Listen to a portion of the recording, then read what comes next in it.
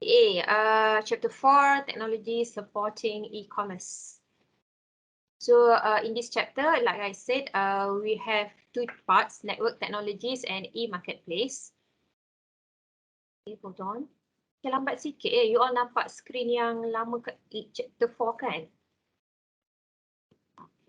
Right, but okay, baru lambat sikit. Saya dah change the screen tapi keluar lambat. Alright, never mind. So today we will cover two things, network technologies and electronic payment. Okay, so let's begin.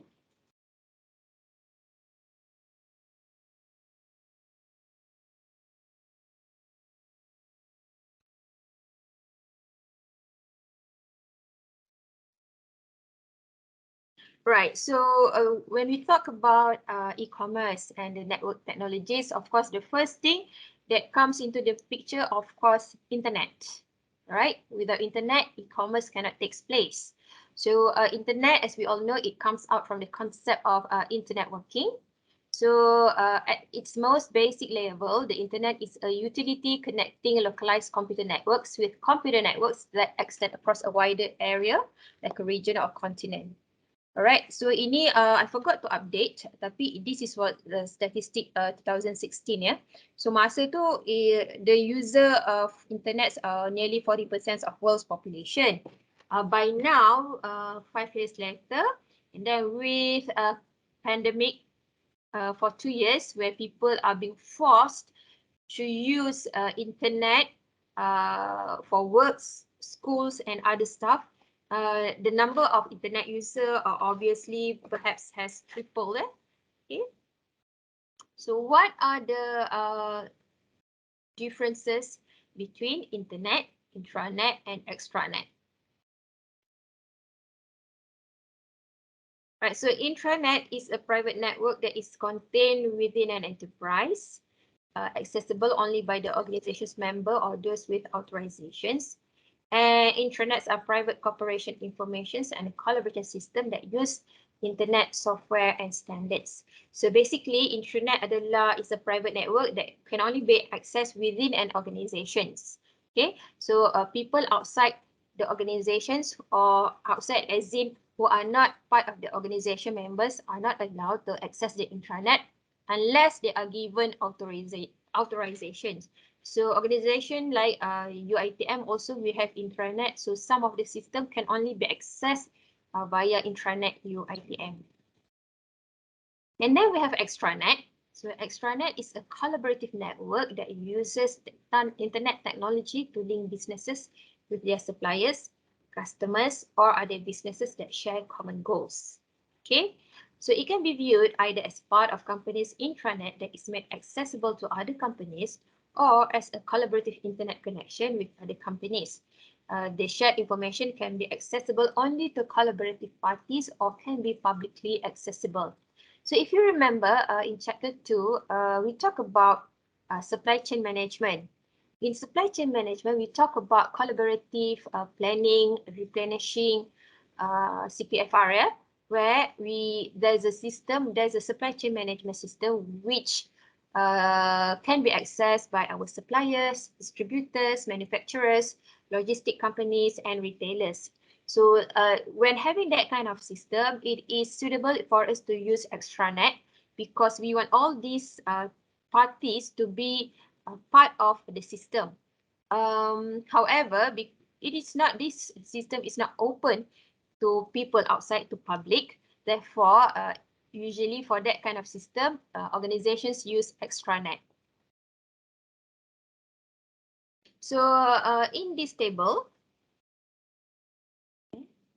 it tabulates the types of the network, the users, the access and applications. So this is what apa yang saya explain tadi, but in a form of table. Right. So tadi we just talk about internet, extranet and intranet. But e-commerce as a whole, e-commerce punya infrastructure involve software components and also hardware components.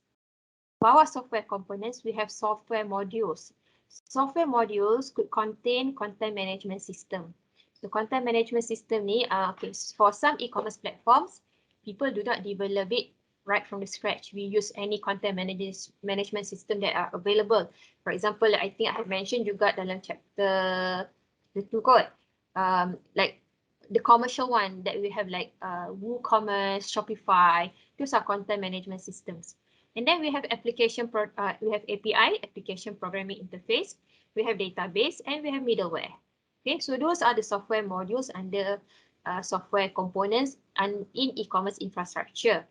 And then next, we have analytics as part of the software, which do web analytics, text analytics, and big data analytics. Right. So I think I'll also talk about how important the data that we can collect and track on our e-commerce platform, whereby we can use the analytics to understand customer behavior, market demand, future trend.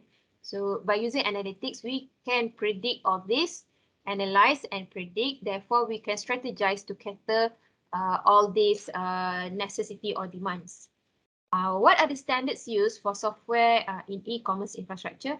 We use object-oriented, like CORBA, and then there's communication protocol using HTTPS and messaging. And the database could be using ODBC or some other databases, or some other standards. And then application specification like CGI. Okay, those are for software components, yeah. And then under hardware components, it's divided into two parts. One is information repository, which involves the usage of servers, proxy servers, and load balancing system. And information security involves firewalls, encryption devices, and interactive voice response units. Okay, so basically, when you develop e-commerce platform, it's not just about platform, it's not just about shopping cart, it's not just about electronic catalog, it's not just about payment, but this is all that you need to know when developing an e-commerce platform, right? Now, let's move on to electronic payment. Okay, so far, any questions from you guys?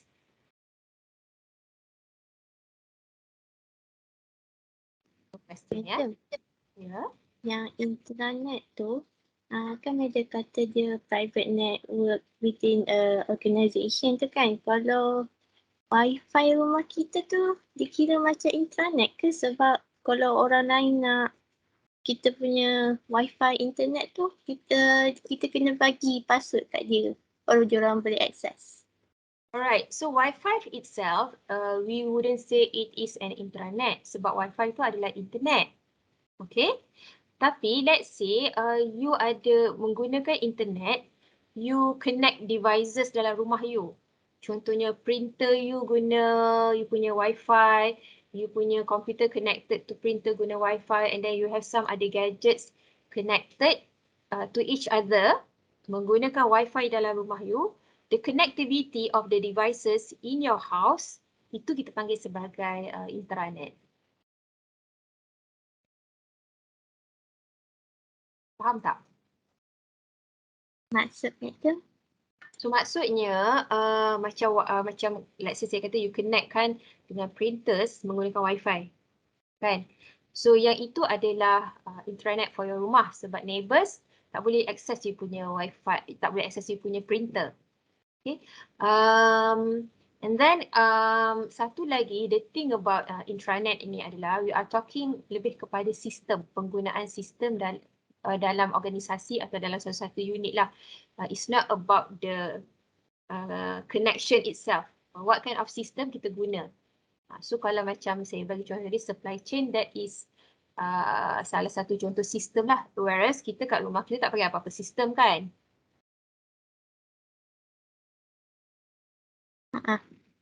So that's the difference lah sebenarnya antara Wi-Fi dengan intranet.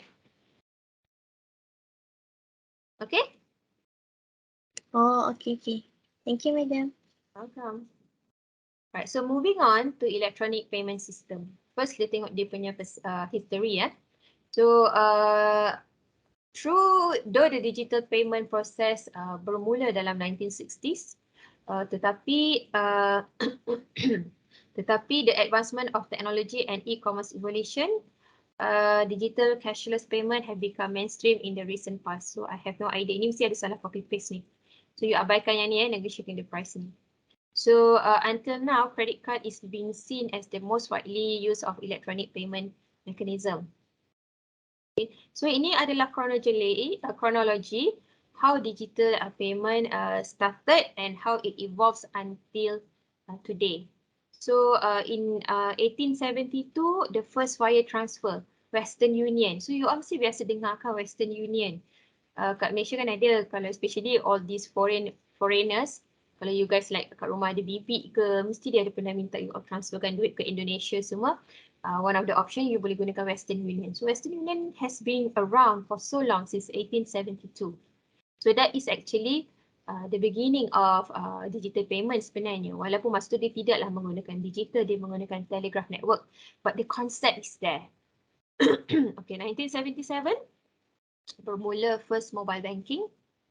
Okay, Marita banking. Alright, dia menggunakan, di Finland menggunakan SMS. And then 1995, kita gunakan the first contactless payment dekat Korea. Seoul gunakan untuk naik bus. Contactless payment. And then in 2000, Western Union dia launch digital punya method instead of guna telegraph network, dia gunakan digital untuk transfer money. 2009, Bitcoin is being launched. Apple Pay 2014 being introduced. Alright, saya skip lah yang bawah ni. So kat bawah ni adalah like 1967 first ATM install dekat UK. 1983 ada first RFID invented. So RFID ni dia menjadi asas lah kepada payment, digital payment juga. 1998 and Asokan model, dia adalah satu model yang diperkenalkan untuk how do we pay on e-commerce. Right, masa tu at that point people have no idea how do we pay through e-commerce, tak ada idea. So and Asokan model ni be introduced sebagai panduan, sebagai guideline untuk develop payment dekat e-commerce. 2007 near NFC, near field card base punya Bank Barclays di UK perkenalkan NFC punya credit card base. And then 2011 Google Wallet, alright. By 2015 Samsung Pay. Then by now kita ada banyak e-wallet, macam-macam e-wallet we have. Kat Malaysia pun ada banyak So that's how digital payment begin lah. Right? So with digital payment kita boleh buat macam-macam lah kan, you know, we can like transfer money lah, bayar bill lah, macam lah kan. Right. So let's look into payment cards. Okay, so payment cards ni we have credit card like Visa and Mastercard, right? So you know how it works. Kalau macam credit card, dia ada limit expend how much amount you can gunakan untuk buat payment. And then the good thing about credit card, dia ada consumer protection selama 30 hari. Alright, so basically contohnya, and then kalau let's say credit card ni the good thing, kalau let's say credit card you kena curi, you ada certain protection yang mana daripada kalau lah kena curi dan orang yang curi tu like spend your credit card many thousands, you tak perlu bayar. Maybe kalau bayar pun just a very small portion,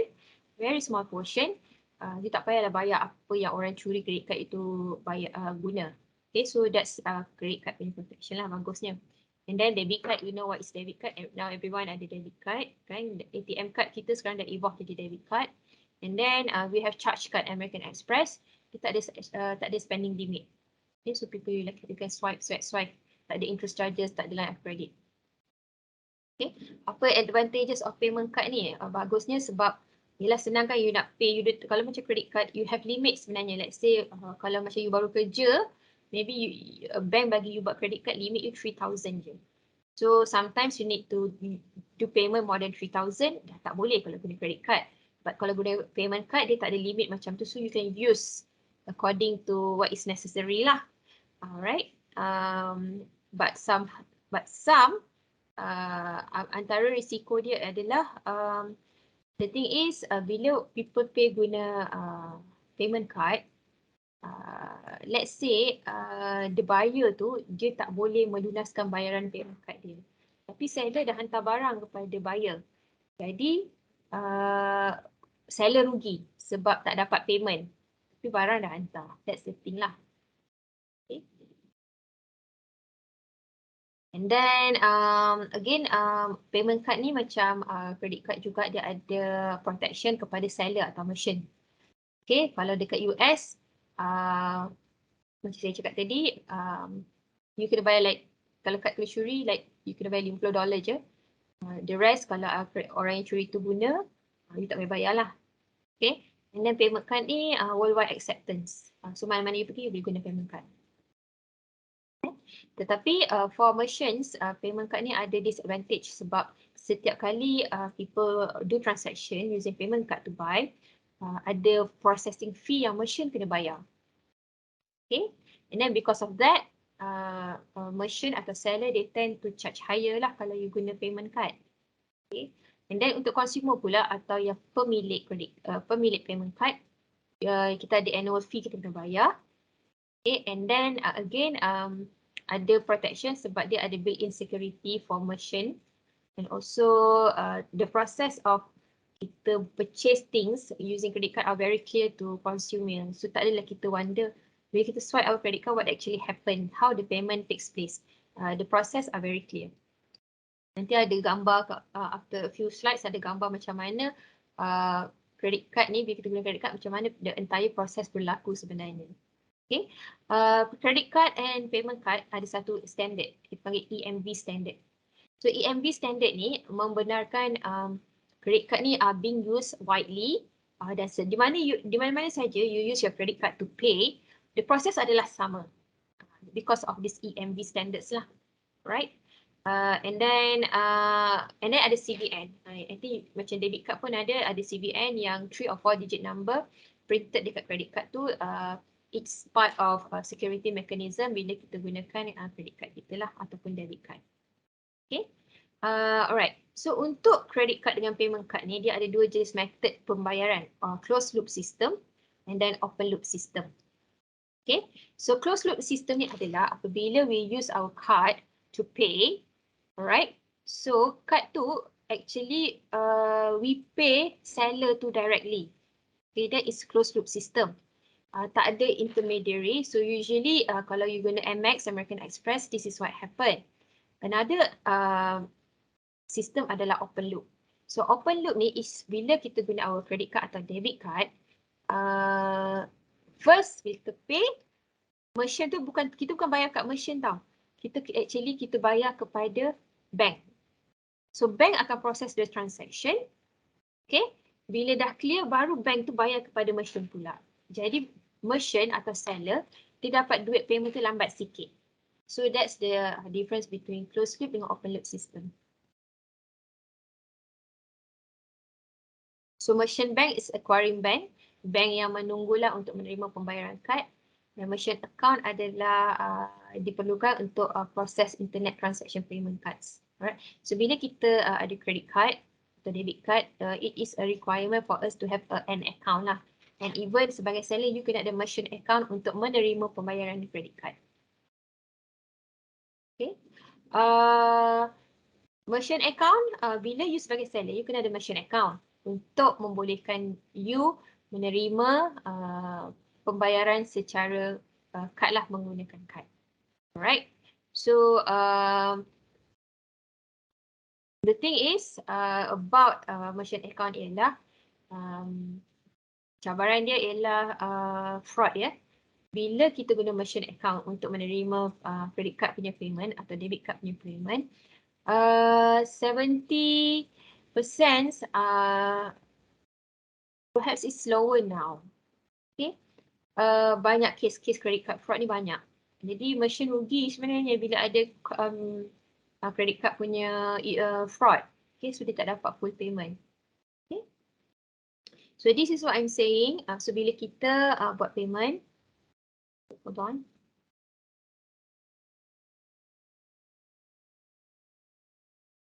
Okay. So bila kita buat payment, the user customer guna internet, So what happened, dia akan pergi ke merchant punya website. Merchant tu seller punya website kan, kita nak buat payment kat situ menggunakan kad. Okay. So kad tu akan diproses oleh issuing bank. So issuing bank tu dia akan check lah sama ada kita punya kad tu we still have the balance or not. Right? Kalau kita cukup kita punya credit balance tu maknanya boleh proceed with the payment. So issuing bank akan proses melalui ACH network. ACH network ni akan chargekan bayaran ataupun duit bayaran tadi, duit credit card tadi, akan merchant bank tadi akan terimalah pembayaran tu. So proses kalau guna open loop ni lah jauh sikit. Kalau kita menggunakan closed loop, bayar dekat internet melalui website merchant, merchant terus, seller terus terima duit tu. Tak perlu melalui proses-proses ni. Proses-proses ni ambil masa sikit. Alright, so another type of online payment adalah electronic fund transfer, electronic bill payment, electronic check and digital currency. Okay, so electronic fund transfer atau EFT. So kita selalu buat EFT kan, especially kalau you nak transfer duit ke overseas bank. Bukan, I'm not talking EFT ni, I'm not talking about macam you nak bayar kat kawan you yang sama-sama pakai account bank Islam. So basically kalau you nak bayar transfer duit kepada account overseas, perlukan menggunakan EFT, mesti ada SWIFT code. So maknanya you have to know bank penerima tu apa SWIFT code dia, and then you have to key in the SWIFT code. And then of course lah nombor account and so on. So this is EFT. And then electronic bill payment is not something new juga, but I have to mention lah, now dengan ada digital payment, online banking semua, all sorts of bill payment kita boleh bayar. Sampai nak bayar cukai pun we still can bayar online dah sekarang. So it saves so much time. And then we also have electronic check. Okay, so electronic check, it takes 3 to 5 working days untuk complete. Alright. Jadi tak payah kalau ada electronic check ni, tak payah nak guna check yang tulis-tulis kertas tu kan. Okay. So basically ini adalah proses bila you menggunakan e-check. Katalah you are a seller or a merchant, so customer bayar guna e-check. Right? So you akan terima authorization dari customer. Kemudian dekat bank, okay, e-check tu processor bank akan proses. Kalau dia akan gunakan sistem dia untuk proses the e-check, and then processor akan receive transaction dia and forward it to the customer bank. The customer bank terima transaction tu dan dia akan buat payment kepada you punya bank. So itu proses e-check. And then now we have also electronic cash macam PayPal. So PayPal dia serve as macam money transfer between one person to another person, tetapi it keeps your account number atau you punya personal data. So maknanya you letak you punya number account, account bank atau credit card dalam PayPal, and you can make payment kepada seller ataupun kepada kawan you, but they will never know you punya personal data like account number atau credit card number. Right? So which is good actually, it protects your personal data. So kat Malaysia, we have our own version of PayPal, dah banyak lah sekarang, ada Mallpay, ada iPay 88. Banyak sangat. Kalau Alibaba dia ada Alipay. Okay. And then we have near field communication, NFC. So macam kalau you ingat tadi dalam chronology digital payment, RFID was developed in 1983. Okay, dan ia adalah like the foundation of contactless payment. So yang saya sebut the first contactless payment tadi dekat Seoul, dalam Bat Seoul dekat Korea, menggunakan bus dia boleh bayar cashless, contactless. Then dekat US menggunakan speed pass untuk bayar minyak. And then kat Barclays card, Barclays Bank dekat UK, dia introduce NFC punya credit card. Okay.